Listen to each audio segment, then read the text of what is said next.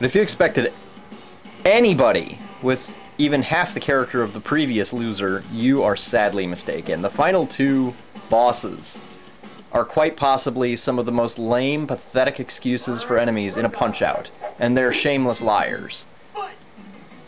This guy's supposedly 210 pounds. There is no way this cocksucker is 210 pounds. No way. Look at him. His head is bigger than your body. And of course, being that, you know, this is Super Punch-Out, where boxing rules mean nothing, this guy uses his elbows very frequently. And I'm not even going to get into his brother yet. I really need to save that for the appropriate moment. But, you know, this guy has all the hard-hitting power and general speed of a character of his caliber. He just doesn't have any look to him. He has no crazy hairstyle. He has nothing. He's just a plain bald dude.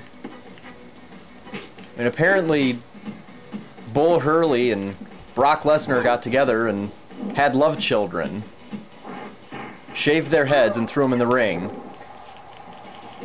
And that leaves you with the final two bosses of Super Punch-Out.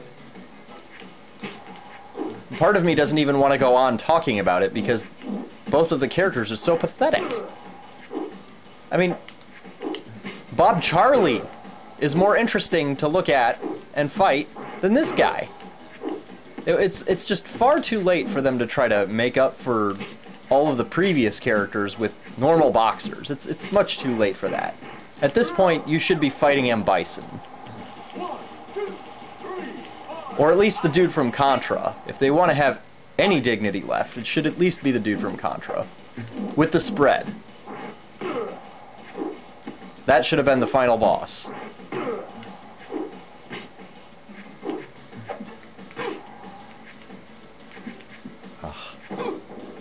The only good thing to come out of this is the tension from almost being knocked down by him.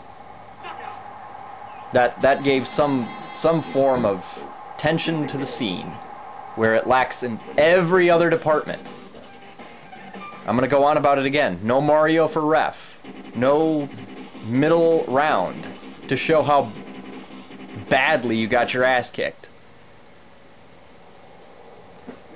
And then you have this mutant. At least the other guy had something to say. So this guy not only looks really generic and stupid, he doesn't even have any kind of personality. Maybe they were trying to go for the big, dark, mean guy who, you know, is the silent type. That big, nasty, tough guy. The man of no words. How did it end up? Shit. That's how it ended up. Shit. Shit with boxing gloves. Who can use his elbow to knock you down in one hit.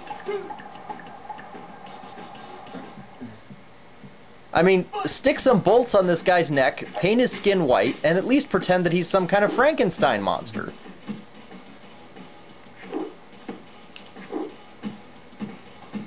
Ugh.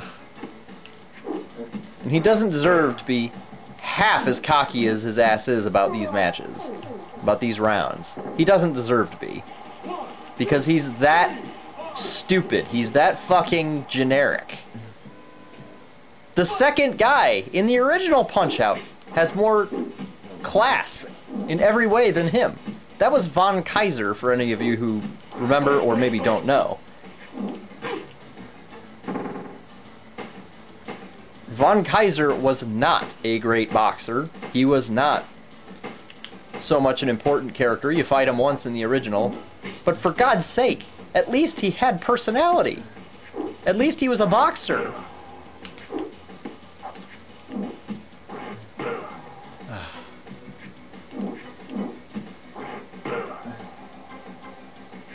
It's just you can't really explain to me how they came to this point.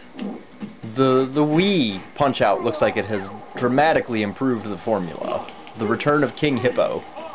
The return of the regular-looking, non-pornographic Little Mac.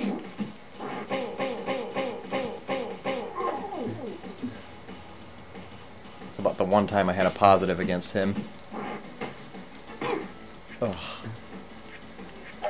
See, they're trying to mimic Mr. Dream / Mike Tyson there by having him throw these huge, fast punches. But it doesn't have the same effect. This guy, you're just waiting for him to stop punching so you can punch him in return. I almost lost there.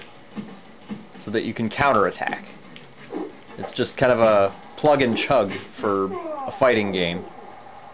Whereas Mike Tyson, you were concerned because if you lost, you went back I don't know how many guys. You had to use a code to consistently fight Mike Tyson. That was the only way you eliminated some of the tension of him trying to punch at you. So ultimately this entire circuit pales in comparison to the old school. And I'm not a romanticist. I don't believe that the old Punch-Out is the end-all be-all.